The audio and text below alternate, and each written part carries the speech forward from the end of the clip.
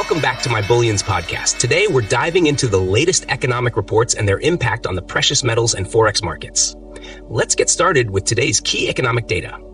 Economic reports. UK GDP, 0.0%. US core CPI, 0.2%. US CPI, 0.0%. UCPI, 3.3%. US federal funds rate, 5.50%. All right. Let's break down what these reports mean for the markets. Starting with the UK GDP data, we see that the growth was flat at 0.0%. This indicates a stagnation in the UK economy, which might put some pressure on the GBP USD pair.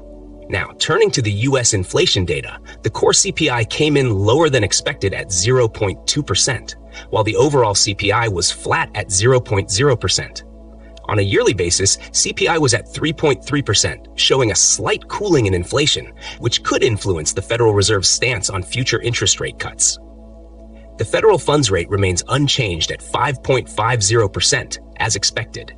However, the FOMC economic projections and statements will be critical in understanding the Fed's outlook on inflation and economic growth. Before we wrap up, let's highlight an insightful article from Kiplinger.com. May US CPI report comes in soft, what the experts are saying about inflation.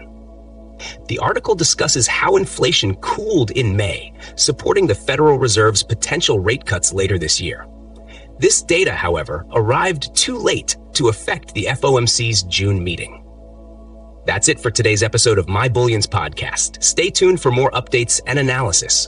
Don't forget to subscribe to our channel and listen to our podcast on Spotify for the latest in precious metals and economic trends. Stay golden, folks.